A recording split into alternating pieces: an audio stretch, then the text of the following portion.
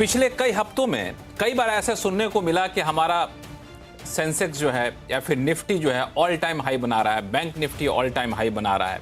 और जब भी ऐसी खबरें निकलती हैं या फिर जैसे ये खबर आती है कि निफ्टी ऑल टाइम हाई है, तो सबसे पहला काम हम अब क्या करते हैं, अपना पोर्टफोलियो देखते हैं इस उम्मीद में कि शायद हमारा पोर्टफोलियो भी ऑल टाइम हाई की तरफ होगा। नहीं, कम से कम ऑल टाइम हाई तो उसके आसपास तो दिखेगा। और जैसे पोर्टफोलियो खोलते हैं, नीचे तक स्क्रॉल भी नहीं करते, उसको बंद कर देते हैं, क्योंकि जितना आप सुने थे पता चलता है कि हमारा पोर्टफोलियो तो ऑल टाइम हाई क्या हो, तो बिल्कुल निगेटिव में चल रहा है, बहुत मुश्किल से कुछ 1% पे है। फिर आप सोचने बैठ जाते हैं ऐसा क्या हो रहा है। निफ्टी ऑल टाइम हाई है, bank Nifty all time high है, सेंसेक्स हमारा पोर्टफोलियो इतना नीचे क्यों जा रहा है। तो उसका हम लोगों ने काफ़ी गहन अध्ययन किया, तो कई सारे फैक्टर निकल कर आए। तो कई लोग ये पूछते हैं कि ऐसे सूरत में क्या हमारे पोर्टफोलियो में कोई गड़बड़ी है क्या, जिसको ठीक करने की ज़रूरत है। कुछ शेयर बेच दें, कुछ नया शेयर ले लें, ऐसा करने की ज़रूरत है क्या, या फिर थोड़ा सा इंतजार करें। ये सवाल आज की तारीख में हर रिटेल निवेशक, हम आप जैसे निवेशकों के मन में सता रहा है। तो आज इस सवाल का बखूबी से जवाब देने की कोशिश करेंगे, और इस कोशिश में हमारे साथ जो है कई सारे विशेष मेहमान हैं। सबसे पहले मैं खुद बता दूं, मेरा नाम लक्ष्मण रॉय है, और मेरे साथ जो मेहमान हैं उसमें कैपग्रो कैपिटल एडवाइजर्स के फाउंडर और CIO अरुण मल्होत्रा साहब हैं, पाइपर सेरिका के फाउंडर और फंड मैनेजर अभय अग्रवाल साहब हैं, इक्वेंटिस के CIO जसप्रीत सिंह अरोड़ा जी हैं, और मार्केट एक्सपर्ट अनिल राय जी हैं। तो आप सही मेहमानों का स्वागत है हमारे शो में। शुरुआत में अरुण मल्होत्रा साहब आपसे ही करना चाहूँगा कि लगातार हर कोई आजकल यही सवाल पूछ रहा है। मैं कईयों से पूछा कि बताइए बाजार के बारे में आप क्या जानना चाहते हैं, क्योंकि हम लोग फ्राइडे को शो करते हैं आवाज़ अड्डा, इसमें बाजार से जुड़े हुए सवालों का जवाब देते हैं। तो उन्होंने कहा कि भाई मुझे बस इतना बता दीजिए कि आप लोग कहते हो निफ्टी बहुत ऑल टाइम हाई है, लेकिन हमारा पोर्टफोलियो तो ऑल टाइम लो टाइप की स्थिति बनाए हुए है। क्या जवाब दिया जाए ऐसे लोगों को? लक्ष्मण जी, इसमें कोई दो राय नहीं है कि सबके पोर्टफोलियोज डाउन है और निफ्टी अप है। आई थिंक एक मेजर रीजन ये है कि मार्केट की ब्रेथ काफी वीक है।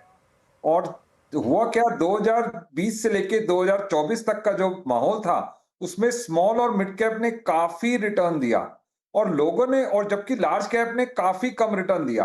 तो लोगों ने उसको एक्सट्रापोलेट करके मोस्ट ऑफ द पोर्टफोलियोज में अभी स्मॉल और मिड कैप भरे हुए हैं। तो वो चीज लास्ट 1 साल 1.5 साल से उनकी वैल्यूएशन हाई थी, अर्निंग्स ग्रोथ में डेफिनेटली कहीं ना कहीं स्लो डाउन है। तो जो चीज 40 के 35 के मल्टीपल पे थी, वो अभी भी अर्निंग स्लो डाउन होने पे अभी भी आपको वैल्यूएशन हाई दिखेगी। जबकि जो लार्ज कैप्स जो अपने 12 14 15% पे ग्रो करते हैं, वो स्टेडली ग्रो कर रहे हैं, और क्योंकि वो उस दौरान इतने नहीं मूव हुए थे, वो आपको यहां से रिटर्न दिए, जिसके रीजन से आपका इंडेक्स भी वहीं बरकरार है, जबकि बाकी पोर्टफोलियो सारे के सारे डाउन। और तो दूसरा ये एक और, इसमें ये हाँ बोले बोले। एक और रीजन है कि जब भी स्लो डाउन आता है, आप पूरी हिस्ट्री देख लीजिए मार्केट्स की, तभी स्मॉल और मिड कैप सबसे ज्यादा हर्ट होते हैं, क्योंकि सबसे ज्यादा वनरेबल होते हैं, सबसे ज्यादा सेंसिटिव होते हैं। और ये जो टैरिफ जो भी इम्पैक्ट है, स्लो डाउन का इम्पैक्ट है, गवर्नमेंट के कैपेक्स का स्लो डाउन का इम्पैक्ट है, वो majorly small mid cap stocks पे इम्पैक्ट होता है। और तीसरा एक छोटा सा और पॉइंट करूंगा, ये स्मॉल मिड कैप्स काफी ज्यादा होप्स पे ट्रेड होते हैं। जब मार्केट स्लो होती है या गिरती है, वो होप्स तो होप ही रह जाते हैं, अर्निंग्स नहीं आती है, एंड हेंस वो धीरे धीरे नीचे गिरना चालू हो जाते हैं। लेकिन एक दिक्कत और है अभय अग्रवाल जी, अगर आपने नोटिस किया हो तो निफ्टी में ऑल टाइम भले ही हम कह रहे हो, लेकिन निफ्टी में भी सारे शेयर नहीं ऑल टाइम हाई पे जा रहे होते हैं। मुश्किल से 20-25% होते हैं जो पूरे कंट्रीब्यूशन का एक मेजर चंक भूमिका निभाते हैं।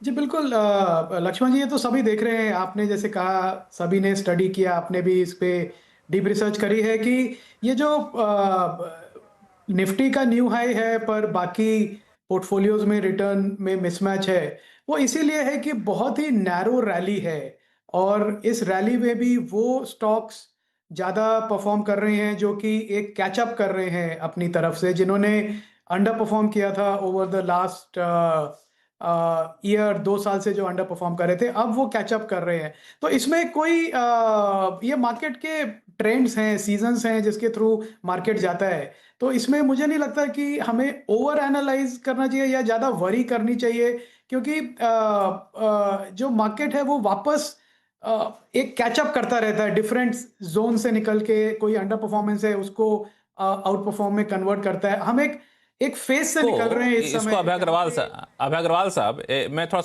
थोड़ा सा अलग हट के पूछूं आपसे कि इसको क्या हम ये कह सकते हैं कि मार्केट में जो रैली है दरअसल मार्केट की रैली नहीं है, ये चुनिंदा कंपनियों में एफआईज या फिर दूसरे निवेशकों का भरोसा ज्यादा है, इस वजह से वहां जा रहे हैं, इसको एक मार्केट रैली के तौर पर कहना सही नहीं होगा?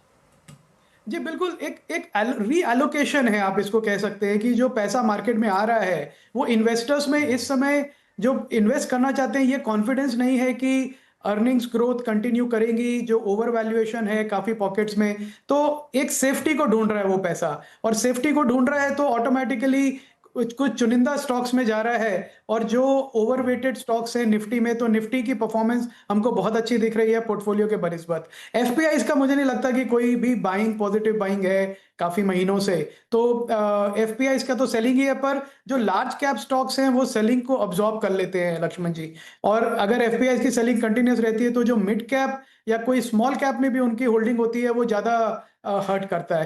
तो आई थिंक ये रीएलोकेशन है पैसे का, थोड़ा डिफेंसिव नेम्स में जो ओवरवेटेड है निफ्टी में, तो उससे ज्यादा मुझे नहीं लगता ये कोई बहुत बड़ा ट्रेंड है जो अगले 6 महीने या साल भर तक भी प्ले आउट करता रहेगा। लेकिन इसमें एक और फैक्टर कई लोग कह रहे हैं, अनिल राय जी आप बताइएगा कितना सही है, कि कई लोग जिस तरीके से गोल्ड सिल्वर जैसे चीज़ों में जो रैली देखने को मिल रही है, तो जो लोग मिड कैप स्मॉल कैप में जाना चाहते थे वो वहां जाने की बजाय गोल्ड सिल्वर में जा रहे हैं, तो वो पैसा आ नहीं रहा है। ये लॉजिक कितना सही है?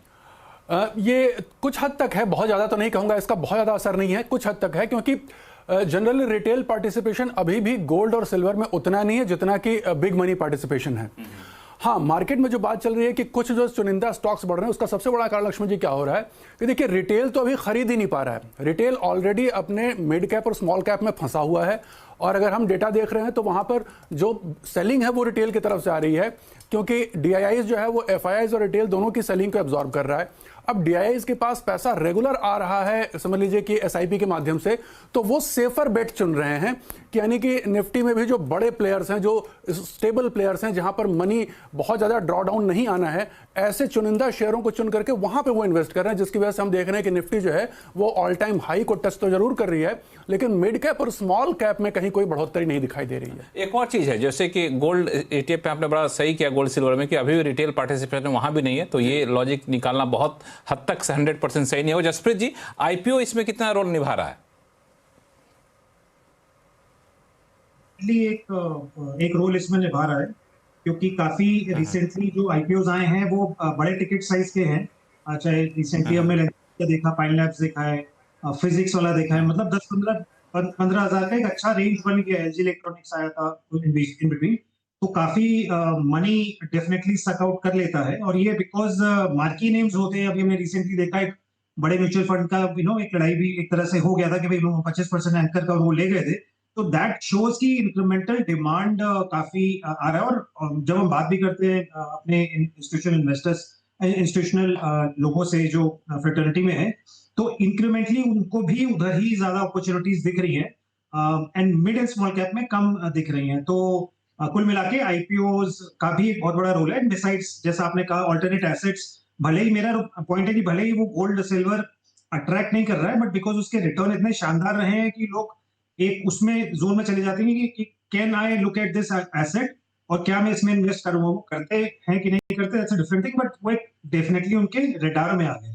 तो I think that and the FIIs continuously being sellers, IPOs, and second quarter result भी न्यूट्रल थे, बहुत ज्यादा एक्साइटिंग नहीं थे, एंड लार्जली थोड़ा सा मार्जिन फंडिंग का भी कुछ ना कुछ चलता रहता है कि एचएनआईज एंड का रिटेल की तरफ से कहीं बिकवाली आई है। तो आई थिंक ये सारे फैक्टर्स मिला के थोड़ा सा इसको मार्केट को थोड़ा सा न्यूट्रल टू लैकलस्टर जोन में लेके जा रहे हैं, और वो उसी जोन में बना भी हुआ है काफी टाइम। बिल्कुल, इसमें हाँ बिल्कुल, ये जो जोन बना हुआ, इसके पीछे एक जो वजह बताई अभय अग्रवाल साहब ने, कि ये एक तरह से फंड रोटेशन भी कर रहे हैं इन्वेस्टर्स।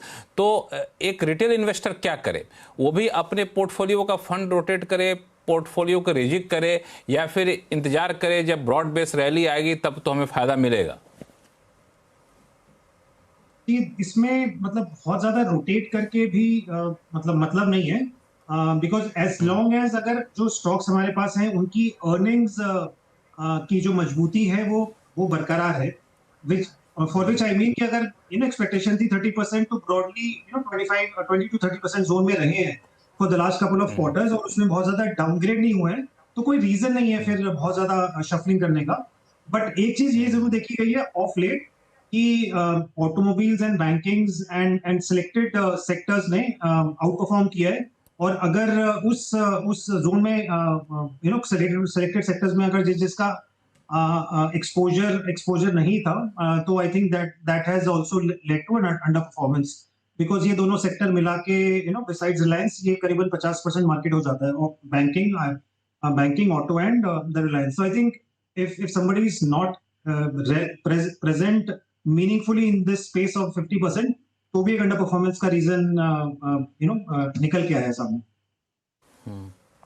अभय अग्रवाल साहब, आप क्या मानते हैं कि रिटेल इन्वेस्टर्स को पोर्टफोलियो में कुछ बदलाव करने चाहिए, क्योंकि मायूसी तो होती है। अब जो ऑल टाइम हाई होने के बाद भी, मान लें निफ्टी ऑल टाइम हाई हुआ लेकिन हमारा शेयर ऊपर बढ़ने के बजाय और नीचे ही जा रहा है, तो वैसे शेयर की पहचान करनी चाहिए क्या कि भाई वहाँ कुछ ना कुछ गड्ढा है जो समझ में नहीं आ रहा, पता नहीं कब भरेगा, तो हम भी निकल चले?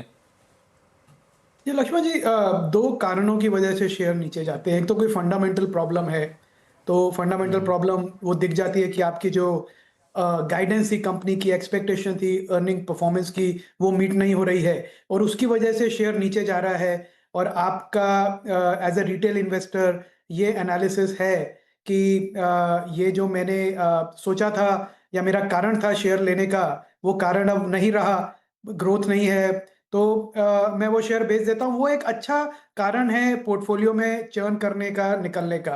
पर सिर्फ प्राइस देख के कि प्राइस में करेक्शन है, अंडरलाइंग जो फंडामेंटल परफॉर्मेंस है कंपनी की उसमें कोई बदलाव नहीं है, वो अच्छी है, तो मुझे लगता है कि ये बिल्कुल भी फिर कारण नहीं होना चाहिए सिर्फ प्राइस देख के चर्न करने का पोर्टफोलियो। इनफैक्ट मेरा ये एक्सपीरियंस है कि जब भी एक ऐसा मौका मिला कि मार्केट में सेल ऑफ की वजह से आपको बहुत अच्छे ग्रोथ स्टॉक्स एक फेयर वैल्यू की जोन में आ गए या फेयर वैल्यू की लोअर लेवल की जोन में आ गए, और उस टाइम आपने हिम्मत रखी और अपना एलोकेशन थोड़ा बढ़ाया, तो उसका बल्कि फायदा मिलता है। क्योंकि क्या होता है, 3 महीने में बाजार का टेक्सचर चेंज हो जाता है। हो सकता है कि हम मार्च में अगले साल यही शो करें और हम ये बात करें कि कैसे अब मिड और स्मॉल कैप आउट परफॉर्म कर रहे हैं लार्ज कैप्स को। तो ये मार्केट हमेशा एक अपॉर्चुनिटी देता है इन्वेस्टर्स को, पर जब वो अपॉर्चुनिटी देता है तब वो अपॉर्चुनिटी से ज्यादा एक खतरा दिखता है। तो एज अ सैवी इन्वेस्टर पहचान यही होनी चाहिए रिटेल इन्वेस्टर्स को भी कि सिर्फ प्राइस को देख के या पोर्टफोलियो में लॉस देख के शेयर ना बेचे, चर्न ना करे, बल्कि ये कॉन्स्टेंटली देखते रहे कि अगर परफॉर्मेंस अच्छी है तो अपना कॉन्फिडेंस रखें फिर उसमें पोर्टफोलियो में।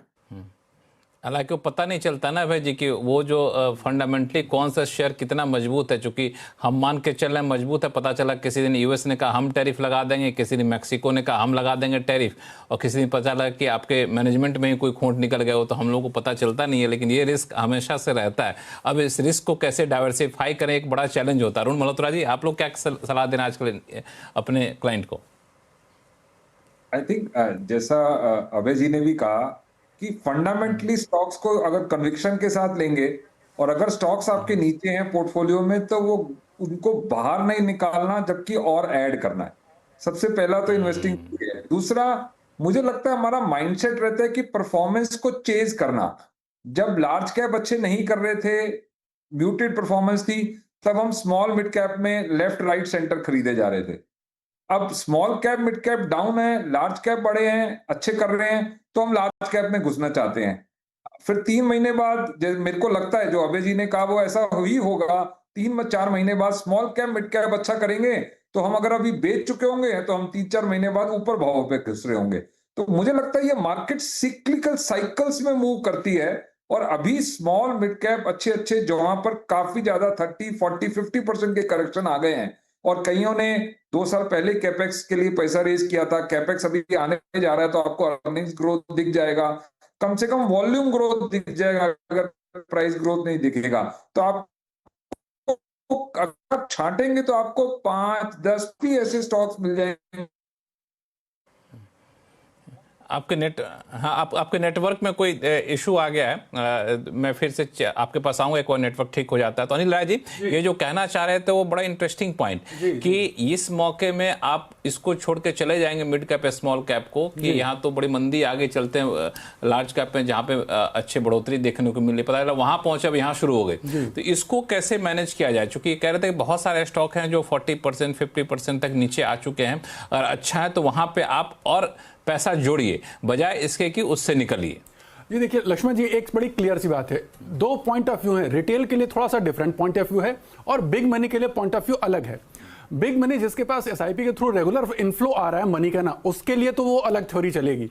लेकिन अगर मैं रिटेल की बात करूं, चूंकि मैं रिटेल की ज्यादा बात करना पसंद करूंगा यहां पे, तो वहां पर वो उनके फंसने का सबसे बड़ा जो कारण है ना लक्ष्मण जी, वो होता है एक सेक्टर की थीमेटिक थीम को वो ट्रैक करते हैं। जैसे उन्होंने पिछला, अगर मैं एग्जांपल दूं तो रेलवे में दौड़ आई तो वो रेलवे में सब लोग घुस गए फोमो के चलते हुए और एकदम टॉप में जाके फंस गए। अब वहां से रेलवेज के शेयर जो है या पीएसयू के शेयर अगर आप देखें तो 40-50% डाउन पड़े हुए हैं। रिटेल की ये टिपिकल जो हैबिट है कि जो शेयर बहुत टॉप पे चला जाता है वहां पर जाकर जो वो क्राउड में पार्टिसिपेट करते हैं वही उनके लिए खतरनाक है। करना ये चाहिए कि एज अ थोड़ा सा आपको एक्टिव होना पड़ेगा करंट मार्केट में, क्योंकि देखिए हम अगर पिछले 10-15 सालों में देखें तो रिसेंटली 5 इयर्स के अगर हम लास्ट में देखें, हम सभी लोग मार्केट से बहुत अच्छे परिचित हैं, तो पिछले लास्ट के 5 सालों में बहुत ज्यादा वोलेटिलिटी मार्केट में हो रही है और जो सेक्टर रोटेशन है वो थोड़ा क्विक हो गया है, फास्ट हो गया है।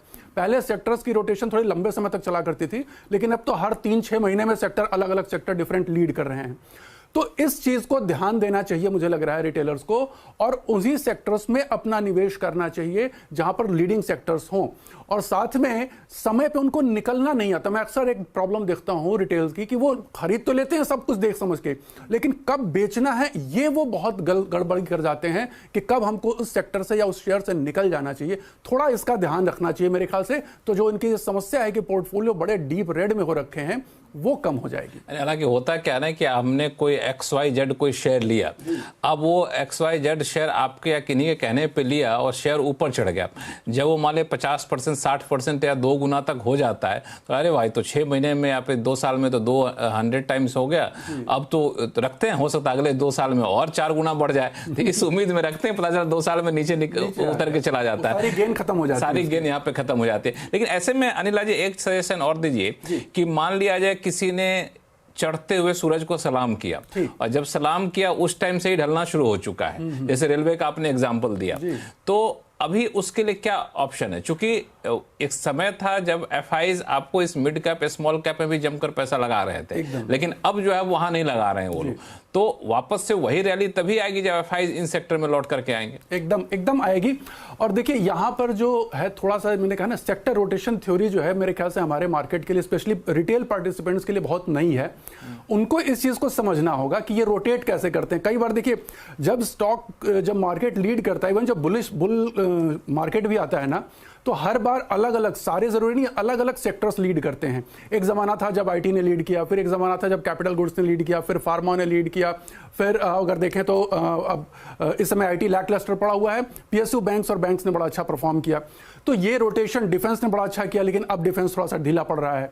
तो ये जो है इसको समझना बड़ा आवश्यक है, और उसका तरीका यही है आपके लिए कि आप अगर आप टॉप में कहीं ने आपने खरीदा, कि मतलब चढ़ते हुए सूरज में आपने खरीद लिया, तो एक शुरू में स्टॉप लॉस का कॉन्सेप्ट रखें।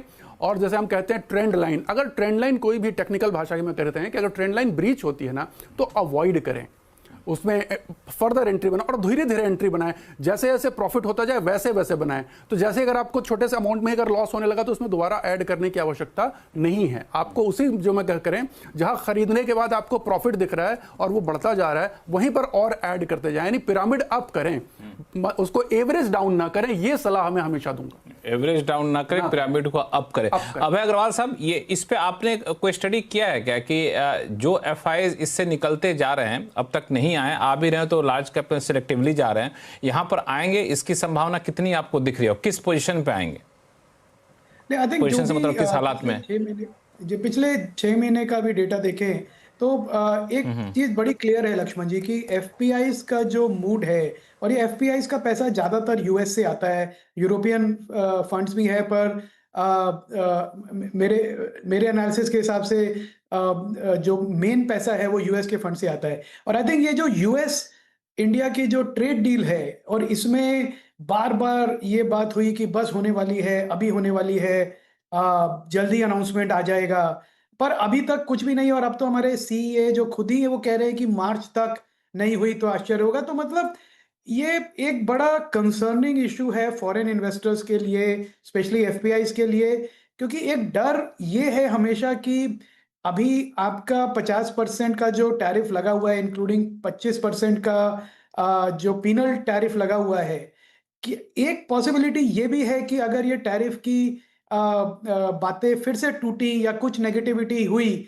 तो क्या और टैरिफ लग जाएगा। तो मेरा ये विश्वास है कि जो एफपीआई फ्लोज हैं वो तब तक पॉजिटिव नहीं होंगे जब तक एक ये ट्रेड डील नहीं होती है, क्योंकि कोई भी एफपीआई ये रिस्क नहीं लेगा इस समय कि ट्रेड डील नहीं होगी और उसकी वजह से मार्केट पे और भी ज्यादा प्रेशर आएगा या और भी ज्यादा सेल ऑफ होगा। तो आई डोंट थिंक हमको एक्सपेक्ट करना चाहिए एफपीआई फ्लोज।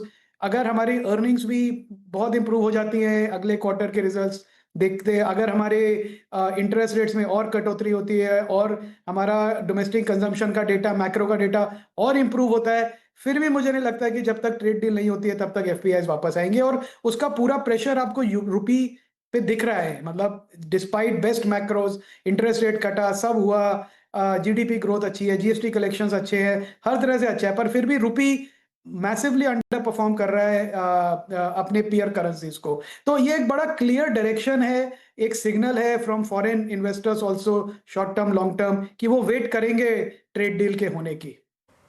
हालांकि ट्रेड डील के अलावा ये भी एक फैक्टर है क्या, जो long term capital gains tax, short term capital gains tax वाला भी कई लोग फार्मूला देते हैं। नहीं, बिल्कुल एक ये आई थिंक डोमेस्टिक फ्लोज के लिए भी है, आप फॉरेन फ्लोज ही नहीं, है तो हर तरह के फ्लोज के लिए, बिकॉज ये जो स्टार्ट हुई थी हमारे स्टॉक मार्केट, तो ये है कि फॉरेन फ्लोज के तो ये है कि उनके पास बहुत सारे ऑप्शन है ना, डोमेस्टिक के पास ऑप्शन बहुत कम रहते हैं। जी बिल्कुल, जी बिल्कुल, आपकी बात एकदम ठीक है। पर डोमेस्टिक के पास भी एक ऑप्शन इस तरह है कि आप दूसरे एसेट क्लासेस में मूव कर सकते हैं, जैसे गोल्ड, सिल्वर, जो आपने बात करी, बुलियन का इतना बड़ा ऑप्शन बना है। आज मैं देख रहा था, अभी एक न्यूज ब्रेकिंग आया कि चांदी का भाव एमसीएक्स पे 2 लाख रुपए क्रॉस हो गया है और सोने का भाव और रुकने को तैयार नहीं है। तो एक ये नए एसेट क्लास बन गई है जो डोमेस्टिक स्टॉक इन्वेस्टर्स नहीं देखते थे पहले। पर उसके अलावा भी आप देखिए 2004 में जब मार्केट का बूम स्टार्ट हुआ था, उस समय तब हुआ था जब उस समय जो हमारे फाइनेंस मिनिस्टर थे उन्होंने बजट में बड़ा एक मेजर चेंज किया था, capital gain long term short term zero कर दिए थे, डिविडेंड टैक्स हटा दिया था। तो उसके बाद स्टॉक मार्केट में एक जबरदस्त बूम आया, और फिर जब उस बूम, तब वो एंड होना शुरू हुआ जब धीरे धीरे सरकार ने कैपिटल गेन्स टैक्स को बढ़ाना शुरू किया, एसटीटी लगाना शुरू किया। उनको लगा कि ये स्टॉक मार्केट तो ऐसी चीज है कि जहां पे सब पैसा बना रहे हैं, तो सबसे लेते जाओ टैक्स लगा के हर हाल में, चाहे उसका पैसा बन रहा या नहीं बन रहा, पर आप एसटीटी तो ले जाओ हर ट्रेड पे। तो आई थिंक ये जो एक सिचुएशन है कि स्टॉक मार्केट को, rather than looking at it as a very efficient means of transferring capital from household savers to industry, सरकार उसको एक टैक्स मैक्सिमाइज करने का जरिया देख रही है। तो आई थिंक ये सोच थोड़ी गलत है। आई थिंक इसका इम्पैक्ट हम देख रहे हैं स्टॉक मार्केट। इस बार जो 2 महीने बाद बजट, 2 महीने बाद बजट आएगा तो लोगों की उम्मीदें फिर से बनने की, पता नहीं क्या वहां हो रहा है, क्योंकि बहुत सारे टैक्स रिलैक्सेशन अलग अलग फ्रंट पे सरकार ने दिया है। जसप्रीत जी, चूंकि अभी अभय अग्रवाल साहब चर्चा कर रहे थे यूएस ट्रेड डील का, तो यूएस की टीम यहाँ पर आई, 2 दिनों तक बैठक की, और बैठक के शाम में आखिरी वक्त में प्रधानमंत्री मोदी और ट्रंप की बातचीत भी हुई। हालांकि कहीं से कोई ये नहीं किसी ने कहा कि हम ट्रेड डील बहुत जल्द करने जा रहे हैं, लेकिन ये सब जो हालात हैं, सर्कमस्टांसेस हैं, या इससे बाजार उत्साहित है कि नहीं है? आपको लगता है कि ट्रेड डील अब बहुत जल्दी हो जाएगी?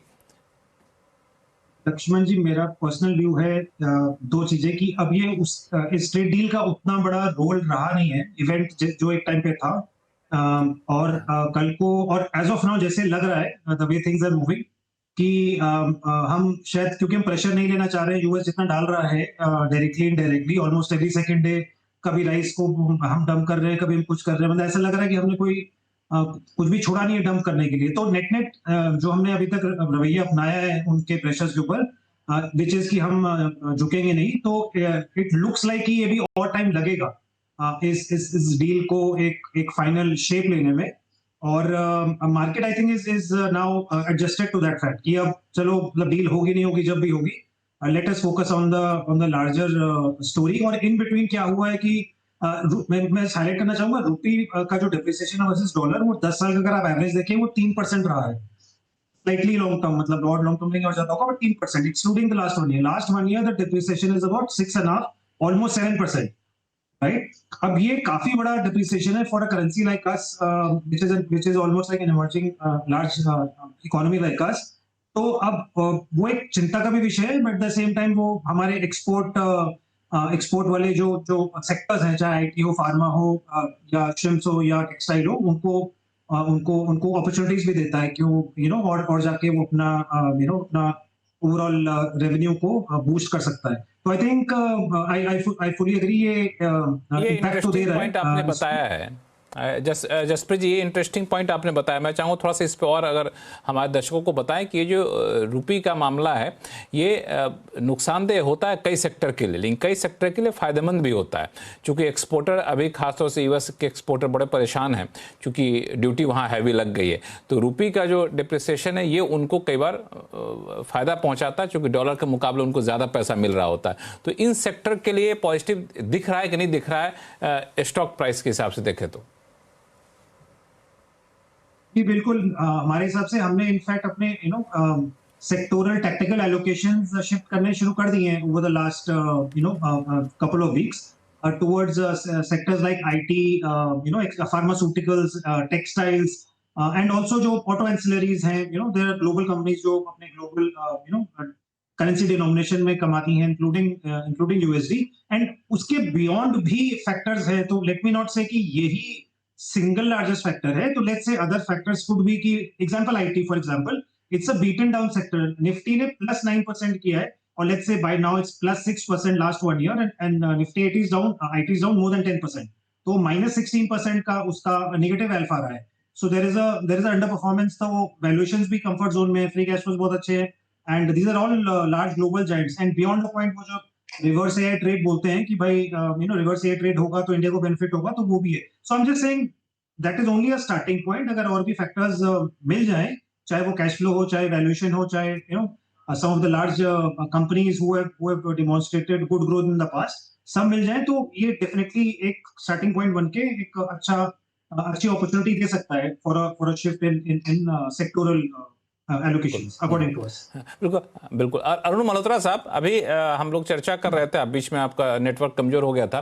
दरअसल चर्चा में दो बातें निकल कर सामने आई। वो है अभय अग्रवाल साहब ने कहा कि यूएस के साथ ट्रेड डील का इंतजार है, अगर किसी वजह से ट्रेड डील रुक जाती है तो बड़ा मुश्किल होगा। एफआईज खासतौर से एफपीआईज उसी के इंतजार में बैठे हुए हैं। हालांकि अरोड़ा साहब का कहना था कि ट्रेड डील अब उतना बड़ा फैक्टर रहा नहीं। आपको क्या लगता है कि ट्रेड डील को लेकर के मार्केट, अगर मान ले ट्रेड डील हो जाती है तो मार्केट वाकई उत्साहित होगा? क्योंकि हम लोग एक थंब रूल मान के चलते हैं, जब तक खबर नहीं आई तब तक तो मार्केट चला, खबर आएगी तो डिस्काउंट कर लेगा उसको।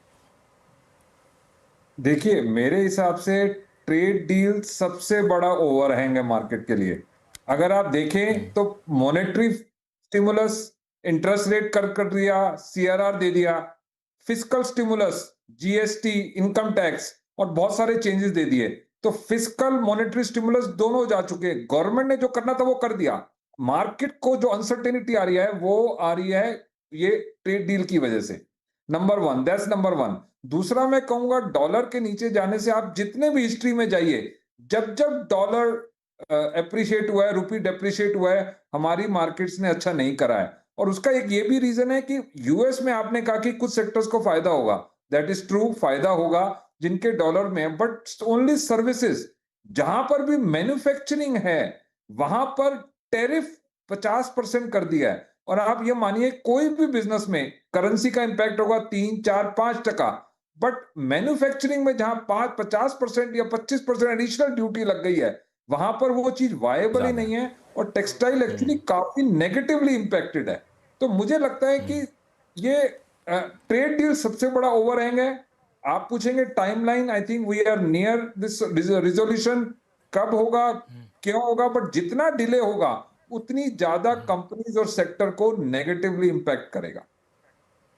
इसमें एक चीज़ और जोड़ दूं, बेसिकली कल ही हम लोग आवाज़ अड्डा इस पे इसी मुद्दे पे कर रहे थे, यूएस ट्रेड डील पे, तो वहाँ पे इंडस्ट्री के एक पैनलिस्ट थे, उनका कहना था कि बहुत सारी इंडस्ट्री, खासतौर से अप्रैल एक्सपोर्ट करने वाली इंडस्ट्री, गारमेंट एक्सपोर्ट करने वाली इंडस्ट्री, वो लोग अभी भी इस होप में कि ट्रेड डील हो जाएगा, ड्यूटी वापस से पुराने स्तर पर बहुत कम हो जाएगी, नुकसान में अपना सामान बेच रही हैं, क्योंकि कस्टमर हमारा ना चला जाए, और ये नुकसान में सामान बहुत लंबे समय तक कंपनियां बेच नहीं सकती हैं। इस वजह से उनके लिए उल्टी गिनती एक तरीके से शुरू हो गई है कि जितना जल्दी वो ट्रेड डील हो जाए, क्योंकि अब जब नए ऑर्डर आने शुरू हो जाएंगे तब उतना नुकसान झेल नहीं पाएंगे, और एक बार कस्टमर चला गया हमारे हाथ से तो उनको फिर पाना बड़ा ही मुश्किल होगा। तो अनिल राय जी, तो एक फाइनल कमेंट अगर ट्रेड डील पे कहें, तो ट्रेड डील अगर मान लिया हो जाता है 15 दिन, 20 दिन, महीने भर में, हालांकि एक बात साफ कर दूं, जो अभी चीफ इकोनॉमिक एडवाइजर के बयान पे जो हमारे पैनलिस्ट ने कहा, तो वहाँ पे बाद में उद्योग मंत्री ने कहा भी कि हमें नहीं पता किस आधार पर वो बयान दे रहे हैं, लेकिन हम लोग किसी डेडलाइन में काम नहीं कर रहे हैं, तो मार्च की डेडलाइन को लेकर ना चला जाए, कभी भी हो सकता है, ये हम लोग उम्मीद करके बैठे हुए हैं। अगर ट्रेड डील हो जाती है यूएस इंडिया के बीच में, तब यहाँ से मार्केट की दिशा क्या रहेगी? जी, एकदम सीधी सी बात है, ट्रेड डील अगर हो जाती है तो मार्केट में एक बढ़िया उछाल आएगा, और उसमें जो हमारे जो सेक्टर्स हैं, जैसे जो ट्रेड से अफेक्टेड सेक्टर्स हैं, जिनमें कहीं ना कहीं एक बॉटमिंग आउट होता है, हम अभी देख रहे हैं शायद इसी होप में, जिनमें आईटी भी है, फार्मा भी है, कहीं ना कहीं एक बॉटम बनता हुआ उनमें दिख रहा है, और उसके अलावा बाकी जो और भी सेक्टर्स हैं तो उनमें एक पॉजिटिव बायस आना शुरू हो जाएगा, प्लस जो एफपीआईज का फ्लो आना शुरू हो जाएगा, तो वहां से खरीदारी और बढ़ेगी और ब्रॉडर मार्केट में खरीदारी बढ़ेगी। अभी जो हम खरीदारी देख रहे हैं बहुत ही नैरो रेंज में, एक नैरो थीम में खरीदारी हो रही है, फिर कहीं ना कहीं वो जो है एक ब्रॉडर मार्केट में, उसमें मिड कैप और स्मॉल कैप दोनों में ही कहीं ना कहीं बाइंग होनी शुरू हो जाएगी, तो हम मार्केट को एक हेल्दी तरीके से बढ़ता हुआ देखेंगे। इसमें थोड़ा सा और मैं आपसे डिटेल में पूछूं कि ट्रेड डील के इंतजार में कौन कौन से सेक्टर बैठे हुए हैं? ये देखिए, ट्रेड डील का सबसे ज्यादा, मतलब कोई रिस्क लेना चाहे कि ट्रेड डील हो जाए, इस उम्मीद में कोई पैसा लगाना चाहे, तो वो कौन से सेक्टर? देखिए, इस समय सबसे अच्छा सेक्टर जो मुझे दिखाई दे रहा है वो है आईटी और फार्मा का। आईटी सबसे नंबर 1 पे। आईटी के देखिए 2 एडवांटेज हैं। एक तो पता है कि आईटी में वैल्यूएशन बहुत कंफर्टेबल हो गए हैं, वो ऑलरेडी बहुत बॉटमिंग आउट हो चुका है उसका, प्लस अभी देखें तो रूपी में भी जिस तरीके से डिप्रेशन हुआ उसका भी एडवांटेज उसको मिल रहा है, तो एक और बाइंग हम टेक्निकल चार्ट पे देख रहे हैं तो वहां भी हमें उसको वो एक बॉटम बनता हुआ दिख रहा है, यानी कि बिग मनी उसको एक्यूमुलेट कर रही है।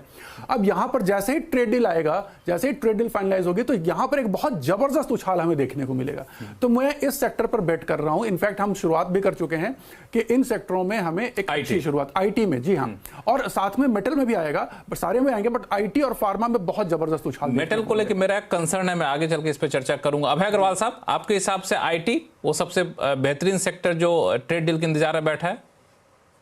देखिए, आईटी डेफिनेटली ट्रेड डील से शायद कुछ बेनिफिट मिले, पर मेरी कंसर्न आईटी के साथ यही है लक्ष्मण जी की ग्रोथ नहीं है कुछ भी, और जो आप मैनेजमेंट कमेंट्री देखें वो खुद कह रहे हैं कि 2 से 5% की ग्रोथ होगी। तो मैं मैनेजमेंट को सेकंड गेस नहीं करना चाहता। मुझे लगता है कि स्टॉक मार्केट में इन्वेस्टर्स इन्वेस्ट करते हैं ग्रोथ से अपना रिटर्न बनाने के लिए, और ये आईटी जो कंपनीज हैं ये ग्रोथ ट्रैक पे नहीं है। वैल्यूएशंस डेफिनेटली एडजस्ट हुए डाउनवर्ड। जो 40 टाइम के पी मल्टीपल पे चलती थी कंपनीज, अब वो 24-25 के मल्टीपल पे आ गई हैं। पर अगर हम उसमें जो स्लो ग्रोथ है उसको अगर हम डिस्काउंट करें तो ये मल्टीपल अभी भी हाई है, क्योंकि 40 टाइम मल्टीपल जब तब था जब ये कंपनी 15% ग्रो करती थी, अब वो ग्रोथ नहीं है इनका। तो मैं इंतजार करूंगा रादर देन ट्रेड डील या रादर देन वैल्यूएशन देखने के कि ये मैनेजमेंट कमेंट्री कब इनकी चेंज होती है, कब ये कहते हैं कि अब हम वापस डबल डिजिट ग्रोथ की तरफ जा रहे हैं, तब मैं इन्हें अपने मॉडल पोर्टफोलियो में ऐड करूंगा। लेकिन अगर आपसे मैं ये पूछूं कि ट्रेड डील, किसी को लगता है, हमारे किसी दर्शक को, कि ट्रेड डील हो जाएगा आज न कल, तो अभी से हम उस शेयर में अपने पैसे लगाना शुरू कर दें, होने के बाद पता नहीं हाथ लगे कि ना लगे, तो उसके लिए कौन सा सेक्टर आपको अच्छा लगता है? कि पहले तो मैं ऐसे दर्शकों को कहना चाहूंगा कि ये काम ना करें तो बेटर रहेगा, पर अगर उन्होंने जिद पकड़ ली है कि करना ही है, तो मुझे लगता है कि जो हमारे जो इमर्जिंग सीडीएमओ कंपनीज हैं या फार्मा कंपनीज हैं, आई थिंक वो बहुत अच्छी बेट है, क्योंकि वो एक फास्ट ग्रोथ स्पेस में भी है, और जो ट्रेड टैरिफ अगर कम होता है उनको उसका डबल बेनिफिट मिलेगा, प्लस रुपए के डेप्रिसिएशन का भी बेनिफिट मिलेगा। तो फार्मा में मैं कहूंगा एब्सोल्युटली नंबर 1। आप जेनेरिक्स में भी, लार्ज कैप जेनेरिक्स में भी उसमें बेट कर सकते हैं, आप मिड कैप स्पेशलाइज्ड फॉर्मुलेशंस में भी कर सकते हैं, आप छोटी सीडीएमओ कंपनी से भी कर सकते हैं। तो बहुत एंगल्स हैं फार्मा में प्ले करने के लिए। बहुत सारे एंगल है। फार्मा एक सेक्टर आपको दिख रहा है, इसमें कुछ ऐड करना चाहें क्या Arun Malhotra ji? I think pharma definitely एक सेक्टर है। सीडीएमओ एक अगर आईटी में करना है तो मिड कैप आईटी को देखना चाहिए। मिड कैप आईटी में is more sensitive to this, और उनमें ग्रोथ आपको मिलेगा जो लार्ज कैप आईटी कंपनीज में नहीं मिल रहा है। तो मिड कैप आईटी में करना चाहिए यहाँ पे। जसप्रीत अरोड़ा साहब। बिल्कुल, फार्मास्यूटिकल्स आईटी तो टॉप 2 हैं डेफिनेटली। के अलावा as I said automobile, textiles and selected consumer EMS जैसी स्टोरीज बीच में जो है जिसमें अपॉर्चुनिटी है एक्सपोर्ट करने की। उसमें ऑब्वियसली वैल्यूएशन का ध्यान रखना चाहिए, बिकॉज सम कई एरियाज हैं जहाँ पे वैल्यूएशन हेवायर है, और थोड़ा सा अर्निंग्स ग्रोथ में कितनी विजिबिलिटी है या फिर कितना कॉन्फिडेंस है। तो as I said this can only be a starting point. बाकी सारी चीजों को भी उतना ही इंपॉर्टेंस दें, which is confidence on earnings and overall valuation this thing and the overall balance sheet का क्या स्ट्रेंथ है। बट ये अच्छा स्टार्टिंग पॉइंट जरूर रह सकता है फॉर सम टाइम। ये हाँ बिल्कुल। दरअसल इससे पहले अनिल राय जी ने एक मेटल सेक्टर का जिक्र किया था, उसमें मैं चाह रहा था कि आप लोग थोड़ा सा बताएं कि आप लोग इसको कितना सीरियसली ले रहे हैं, क्योंकि 1 जनवरी से यूरोप में इंपोर्ट ड्यूटी लगना शुरू होगा, जिसको सीबैम कहा जा रहा है, कार्बन टैक्स जिसको कहते हैं मोटी भाषा में। उस पर कोई बात नेगोशिएशन अभी तक हुआ नहीं है। तो ये कार्बन टैक्स जब लगना शुरू, यूरोप में हम लोग बहुत ज़्यादा एक्सपोर्ट करते हैं, खासतौर से मेटल का एक्सपोर्ट काफ़ी ज़्यादा यहाँ पे होता है। तो ये इसको आप लोग फैक्टर इन कर रहे हैं कि नहीं अभय जी? नहीं, आई थिंक डेफिनेटली एक पॉइंट ऑफ कंसर्न है, और एक कंसर्न ये भी है कि जो मैनेजमेंट है कंपनीज का, इंडियन कंपनीज का, उन्होंने इसके बारे में ज़्यादा ना चर्चा करी है, ना उन्होंने पब्लिकली डिस्क्लोज किया है कि उसको काउंटर बैलेंस करने के लिए उनका क्या प्लान रहेगा। बिकॉज ये डेफिनेटली ये टैक्स आएगा, और इसमें मुझे नहीं लगता कि कोई एक्सटेंशन ऑफ डेडलाइन होगा, क्योंकि यूरोप एक काफ़ी दिनों से कमिटेड है इस तरफ। तो एट द सेम टाइम मुझे लगता है कि जिस तरह से मेटल प्राइसेस में इम्प्रूवमेंट हुई है पिछले महीने भर में, पिछले 2 हफ्ते में स्पेशली, हमने देखा कि सारे non ferrous metals, copper, aluminium, steel, सबके दाम इंटरनेशनल मार्केट्स में बढ़े हैं। तो मुझे लगता है कि वो एक प्राइसेस जो बढ़ रहे हैं कमोडिटी के, फिनिश प्रोडक्ट के, वो बजट कर रहे हैं इस सीबैम टैक्स को। तो हो सकता है कि हमारी कंपनीज पे ज़्यादा नेगेटिव इम्पैक्ट नहीं आए इस टैक्स का, क्योंकि जो कमोडिटी प्राइसेस में इम्प्रूवमेंट है वो उसको ऑफसेट कर दे। पर होगा क्या फाइनली, आई थिंक जब ये टैक्स लगना शुरू होगा तभी इसका रियल इम्पैक्ट पता चलेगा। लक्ष्मण जी। हाँ बिल्कुल, मैं एक डेटा देख रहा था कि अभी से कंपनियां एक तरह से तो कहें मार्केट डाइवर्सिफाई कर रही हैं, कुछ ना कुछ रास्ता निकाल रही हैं, क्योंकि 2024 के मुकाबले आयरन और स्टील का जो एक्सपोर्ट है यूरोप में 2025 में 35% कम हो गया है। एल्युमिनियम का जो एक्सपोर्ट है उसके आर्टिकल का करीब 10% तक कम हो गया है। तो वही एक लगता है फैक्टर इन कर। लेकिन आपने सही कहा, दरअसल कुछ एक कंपनियां हैं जो अपने आप को सीबैम के हिसाब से अपनी मशीनों को, अपने कार्बन एमिशन को उस कंट्रोल में ले आई हैं, तो शायद उनको लगता है कि हमारे यहाँ बहुत एक्सपोर्ट पे असर पड़ेगा नहीं। अनिल राय जी, मेटल आपने सुझाया था। जी जी एकदम। देखिए, ये जो टैक्स लगेगा कार्बन टैक्स, उसमें हमें जहां तक हमारी इंडियन कंपनीज की बात है, तो उसमें जो लार्ज कैप कंपनीज है ना, वो ऑलरेडी कार्बन एमिशन को बहुत ध्यान में रखकर उन्होंने ऑलरेडी प्रोविजन ले चुके हैं। हम जितने बड़े नाम जानते हैं अपने देश में, वो सब इसको ध्यान में रखे हुए हैं। हाँ, समस्या कहाँ होगी? समस्या होगी मिड और स्मॉल में, स्पेशली स्मॉल कैप कंपनीज को बहुत प्रॉब्लम होने वाली है। जो छोटी स्टील कंपनियां होंगी या जो छोटी आयरन कंपनियां होंगी, उनको दिक्कत होगी। उनका मार्केट बहुत ड्रास्टिकली अफेक्ट होगा। जो बड़े प्लेयर्स हैं वो ऑलरेडी इस चीज को, चूंकि वो पहले से इंटरनेशनल माहौल में ट्रेड कर रहे हैं, तो उनको पता था और उन्होंने पहले से ही अपनी चीजों को उसी कार्बन एमिशन को ध्यान में रखते हुए चीजों को किया। इसीलिए कहीं ना कहीं अगर आप देखें तो जो हमारे बिग प्लेयर्स हैं, उनकी प्राइस पे भी बहुत कोई असर आपको आगे आने वाले समय में दिखाई देने के चांसेस कम है, बल्कि हम ग्रोथ ही देख रहे हैं मेटल सेक्टर में। चलिए, बड़ा दिलचस्प आपने इंटरेस्टिंग बातें कही। हालांकि ऐसा करते हैं छोटा सा ब्रेक लेते हैं, ब्रेक के बाद हम लोग इस चर्चा को जारी रखेंगे, कहीं जाइएगा नहीं। ब्रेक के बाद आपका फिर से आपका स्वागत है। हम लोग चर्चा कर रहे हैं कि अगर आप शेयर बाजार के निवेशक हैं तो क्या आपको अपने पोर्टफोलियो में किसी भी तरह के बदलाव करने की ज़रूरत है या फिर बने रहने की ज़रूरत है, क्योंकि जिस तरीके से निफ्टी जैसे इंडेक्स जो है ऑल टाइम हाई पे है, उस तरीके से पोर्टफोलियो में नज़र आ नहीं रहा है। तो अलग अलग हमारा मेहमानों की राय निकल कर सामने आई, लेकिन इसमें जो डेटा आया एमफी का डेटा कि म्यूचुअल फंड में कौन कहाँ पैसा लगा रहे हैं, वो अपने आप में बहुत सारे इशारे भी यहाँ पर कर रहे हैं। खासतौर से इक्विटी म्यूचुअल फंड में जब हमने देखा तो 21% से ज़्यादा का इनफ्लो यहाँ पर दिखा। ये क्या इशारा कर रहा है अरुण मल्होत्रा साहब? देखिए लक्ष्मण जी, ये जो म्यूचुअल फंड का इनफ्लो होता है ये सिप के रूप में आ रहा है, और सिप एक स्मॉल इन्वेस्टमेंट होती है, किसी की 1,000 रुपए की, किसी की 5,000, किसी की 2 लाख की, depending upon the retail investor. Normally मंदे टाइम में, ऐसे टाइम में लोग इन्वेस्टमेंट करना छोड़ देते हैं, बट अपनी सिप नहीं छोड़ते हैं। और म्यूचुअल फंड एक ऐसा व्हीकल है जब टैक्स एफिशिएंट भी है, तो वहां पर लोगों के पास पैसा आता रहता है, और वही एफपीआई का मनी आज की डेट में मार्केट को स्टेबलाइज करने की कोशिश कर रहा है और खरीद रहा है। तो मुझे लगता है ये सिप इज अच्छा इंस्ट्रूमेंट है, आता रहेगा, ये कम नहीं होगा, और जैसे जैसे फाइनेंशियलाइजेशन और पेनिट्रेशन बढ़ता रहेगा, ये आपको म्यूचुअल फंड में इनफ्लो दिखता रहेगा। हालांकि लोगों को अभी भी ये भरोसा नहीं है कि कौन सा फंड ज़्यादा तेजी से बढ़ेगा, चाहे मिड कैप हो चाहे स्मॉल कैप हो। इसलिए कि देखिए मल्टी कैप फंड में सबसे ज़्यादा इनफ्लो आया है। अभय अग्रवाल साहब, इसको कैसे रीड किया जाए? आई थिंक पहली बात तो बड़ा अच्छा है कि इन्वेस्टर्स का कॉन्फिडेंस अभी भी स्ट्रांग है हमारे इक्विटी मार्केट्स में, और आई थिंक इसी कॉन्फिडेंस ने प्रोटेक्ट किया है मार्केट को ऐसे माहौल में जब एफपीआईज कंटिन्यूसली सेल कर रहे हैं। और दूसरा जो मल्टी कैप या फ्लेक्सी कैप में आ रहा है, तो आई थिंक एक और इशारा है कि इन्वेस्टर्स सिर्फ लार्ज कैप में ही नहीं भाग रहे हैं कि लार्ज कैप को ही इन्वेस्ट करना है बेस्ड ऑन रीसेंट परफॉर्मेंस, पर उनकी उम्मीद अभी भी है स्मॉल और मिड कैप से कि कैचअप होगा वैल्यू परफॉर्मेंस का। सो आई थिंक एक अच्छा ट्रेंड है मेरे हिसाब से, और ये फंड मैनेजर को भी अपॉर्चुनिटी देता है कि वो रीओरिएंट कर सके अपने पोर्टफोलियो को properly in a multi cap fund. तो आप लोग अपने इन्वेस्टर्स को क्या सलाह देते हैं, अपने क्लाइंट को कहाँ पे ज़्यादा अभी उसी फार्मूले पे चले जो हमेशा से थंब रूल है, large cap, mid cap, small cap का, या फिर उसमें कुछ चेंजेस करें? ये देखिए, हम एक ग्रोथ इन्वेस्टमेंट की हमारी स्ट्रैटेजी है लक्ष्मण जी, पिछले 30 साल से वही है।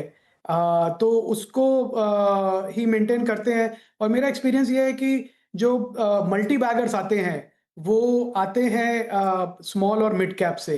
तो पर at the same time mid और small cap because of liquidity, because of technical reasons कई बार ओवर वैल्यू हो जाते हैं, और फिर जब करेक्शन आता है तो अंडर वैल्यू हो जाते हैं।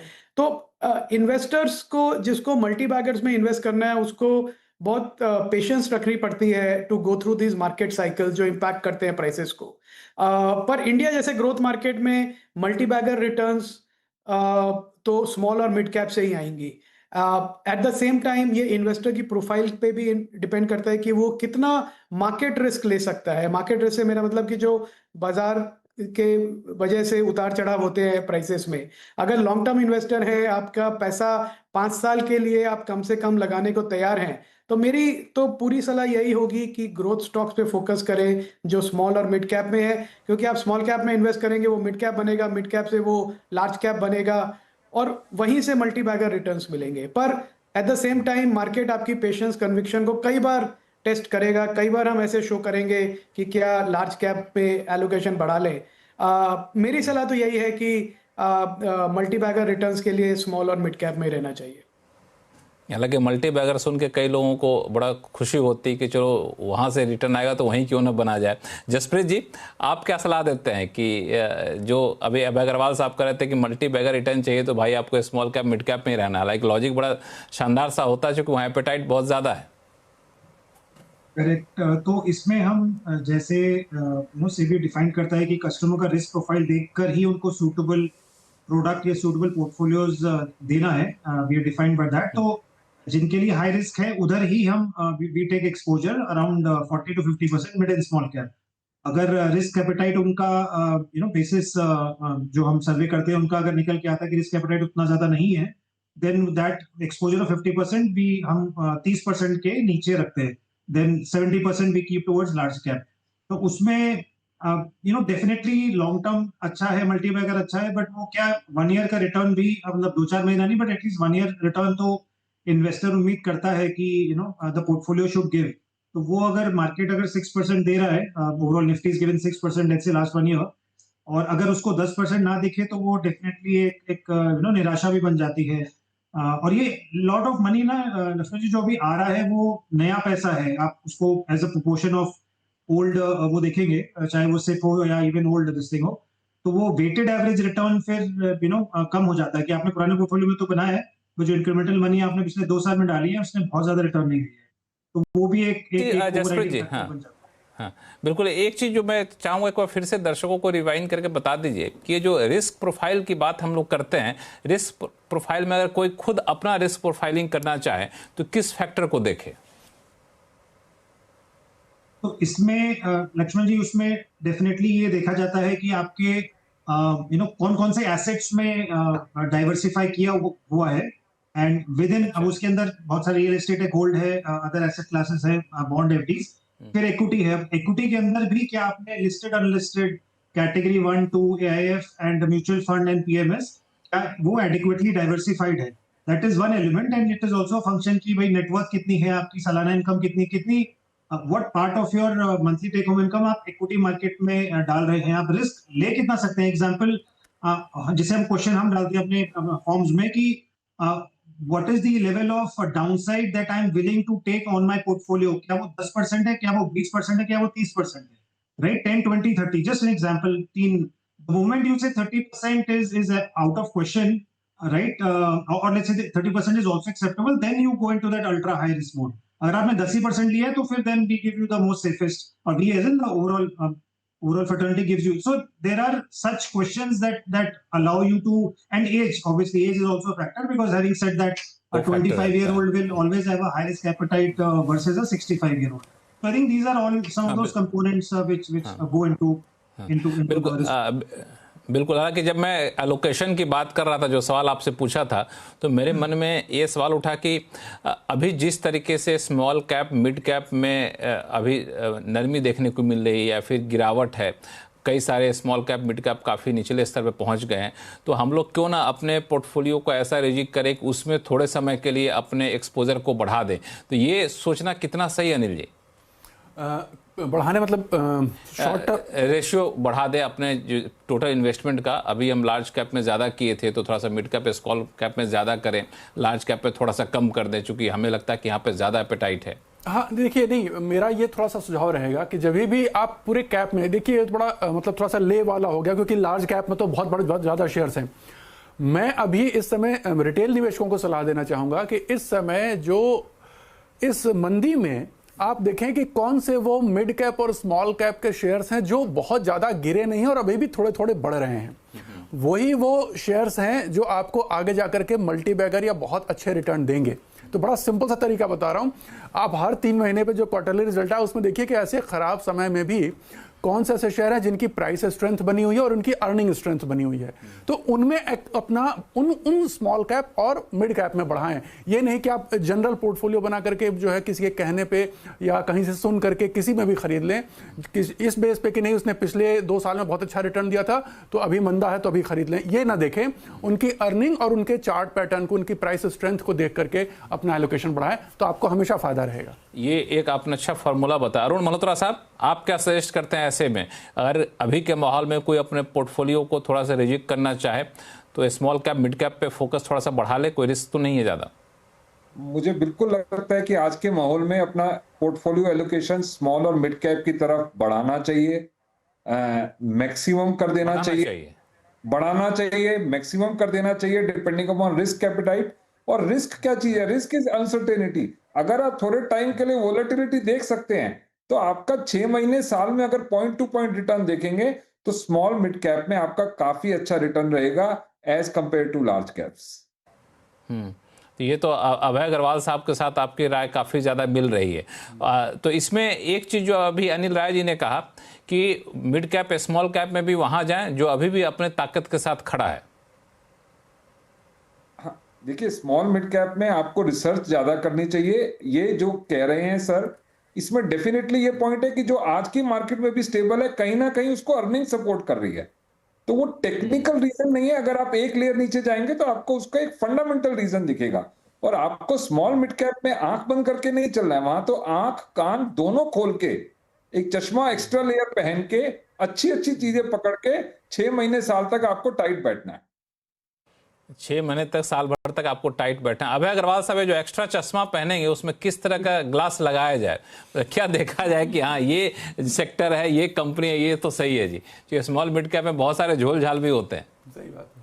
मैं थिंक उसमें एक्स्ट्रा चश्मा लगाएं, उसमें एक ऐसा कांच लगाएं कि जिसमें मार्केट के प्राइसेस ना दिखे ज्यादा, तो क्योंकि जो जो जो कॉन्फिडेंस है जो इन्वेस्टर का जाता है अच्छे स्टॉक में भी, वो सडन करेक्शन देख के जाता है। और मिड कैप और स्मॉल कैप में करेक्शन टेक्निकल रीजंस की वजह से ज्यादा होते हैं, क्योंकि लिक्विडिटी नहीं होती है। तो क्या होता है, एक म्यूचुअल फंड एग्जिट कर रहा है, कोई एक HNI इन्वेस्ट कर रहा है, इस कारण से नहीं कि वो स्टॉक में कुछ प्रॉब्लम है, पर इस कारण से कि उनको अपना पोर्टफोलियो रीचेक करना है या रिडेम्पशन प्रेशर है, तो वो एक स्टॉक को इन्वेस्ट करते हैं। तो वो स्टॉक में हो सकता है अच्छा स्टॉक होने के बावजूद पूरे हफ्ते लोअर सर्किट लगे 5% का। तो ये जो टेक्निकल करेक्शंस हैं, जैसे अरुण जी ने कहा, ये एक मौका देते हैं इन्वेस्टर्स को। आई थिंक इन्वेस्टर्स को चश्मा ऐसा लगाना चाहिए कि जिसमें साइड पे काले कांच लगे हों, कि उसको ज्यादा मार्केट प्राइस को देख के कंफ्यूज होने की या परेशान होने की जरूरत ना पड़े। अगर आप बहुत पहले दिल्ली आए होंगे तो चांदनी चौक के आसपास तांगा चला करता था, तो उसमें क्या करते थे, घोड़े के दोनों तरफ जो है सो कपड़े बांध देते थे। अभी भी शायद कई शहरों में है, आपके बॉम्बे वगैरह में तो नहीं है, तो आसपास नहीं देखना, सिर्फ सीधा देखना है, तो वो ज़्यादा अच्छा होगा। एक चीज़ और है जसप्रीत जी, आप थोड़ा सा बताइएगा कि FI जो है, FIs बड़ा कह सकते हैं पुश देते थे मिड कैप स्मॉल कैप को, अभी बिल्कुल मुंह मोड़े हुए हैं। तो FI जब आएंगे, मान लिया डील हो गई, FI का आना शुरू हो गया, रेगुलर इनफ्लो बनना शुरू हो गया, तो वो वापस से आएंगे मिड कैप स्मॉल कैप पे, उनको वैल्यूएशन वाइज लुक्रेटिव रहेगा उनके लिए? मेरे ख्याल से लक्ष्मण जी, पहला बकेट उनका जो जिसमें वो टैप करना चाहेंगे, वो डेफिनेटली वो बैंकिंग फाइनेंशियल सर्विसेज रहेगा, वो IT रहेगा, वो ऑटो रहेगा, और लार्ज कैप FMCG फार्मा रहेगा। अब इसमें मैक्सिमम अपॉर्चुनिटीज, इंटरेस्टिंग अपॉर्चुनिटीज जो है वो लार्ज कैप में ही है। अब एक स्टेप नीचे जाएंगे तो मिड कैप में भी मिल जाएगा, बिकॉज उनके लिए लिक्विडिटी बहुत बड़ा रोल प्ले करता है, जो फॉर सम जो लोकल फंड मैनेजर्स PMS के लिए उतना रोल नहीं प्ले करता। तो our sense is that will be the first source of opportunity, and second also a reason कि वहां पे जो visibility on earnings है, that is also there, and lastly जो shocks आने की जो संभावना है वो कम है। अभी अब रिसेंटली हमने देखा जैसे एक लार्ज कैप EMS कंपनी में, बिकॉज बैलेंस शीट में कुछ निकला है उनके, अब इतने बड़े बड़े दिग्गज इन्वेस्टर्स हैं, बट कहीं ना कुछ किसी भी कंपनी में मैनेजमेंट चेंज और सम एक्सटर्नल रीजन और this balance sheet risk that emerge, उसकी वजह से थोड़ा सा मिड एंड स्मॉल कैप में एवर्जन आ गया है। तो I think they will prefer larger names for the next couple of months, once they एक बार वो वापस आने का पूरा मंथ ऑन मंथ जब उन्होंने अपना रिज्यूम करेंगे। और प्लस IPO मार्केट में भी लार्ज कैप्स काफी अच्छे आ रहे हैं, वो भी एक अच्छी अपॉर्चुनिटी दे रहे हैं। हाँ, वो एक अच्छी अपॉर्चुनिटी। एक सवाल और है, क्योंकि समय शो का खत्म हो रहा है, बजट आने वाला है, तो अब बजट को लेके जैसे पार्लियामेंट सेशन खत्म होगा, बजट को लेके चर्चाएं शुरू हो जाएंगी, तो मार्केट बजट का इंतजार करेगा क्या, या फिर अभी दूसरे फैक्टर ज्यादा हावी हैं? अभय जी? नहीं, आई थिंक बजट की इस समय तो चर्चा नहीं है लक्ष्मण जी, बिकॉज और कोई मुझे लगता नहीं कोई डर भी है कि कोई नेगेटिव आउटकम होगा बजट में। जिस तरह से सरकार ने पिछले 9 महीने में डोमेस्टिक कंजम्पशन को बूस्ट करने के लिए सारे कदम उठाए हैं, जितना उठा सकते थे पूरे उठाए हैं। मैं मतलब बहुत क्रेडिट दूंगा सरकार को कि कोई भी उन्होंने कसर नहीं छोड़ी है। तो एक पूरा कॉन्फिडेंस है कि जो बजट भी है उसी लाइन में जाएगा, ग्रोथ ओरिएंटेड बजट होगा, और जो भी सरकार कर सकती है अपनी तरफ से करेगी। तो मुझे नहीं लगता कि अभी बजट का कोई बड़ा नेगेटिव या पॉजिटिव। बड़ा अच्छा, अब बड़ी अच्छी बात आपने कही कि पिछले 9 महीने में सरकार ने इतने सारे पॉजिटिव स्टेप्स लिए हैं कि एक जो डर हमेशा होता था बजट से पहले कि पता नहीं अच्छी बातें तो छोड़ दो, कहीं ऐसी बातें तो छुपी हुई नहीं है, फाइन प्रिंट्स तो नहीं है, उसको लोग ढूंढते। तो शायद इस बार नहीं ढूंढेंगे, कि सरकार की मंशा अब ऐसी नहीं रहेगी, क्योंकि 9 महीने तक स्टेप्स लेने के बाद भी कई सारी ईज ऑफ डूइंग बिजनेस जैसे काम सरकार कर रही है। तो इंडस्ट्री या निवेशक को किसी भी तरीके से नुकसान नहीं करना चाहिए। हालांकि उससे पहले कई दौर की चर्चा हम लोग की होगी, आवाज अड्डा के एपिसोड करेंगे मार्केट के ऊपर, लेकिन आप लोगों ने अपना कीमती समय निकाला, इसके लिए बहुत बहुत धन्यवाद। आवाज अड्डा में फिलहाल इतना ही। देखते रहिए सिंगली सी आवाज। नमस्कार।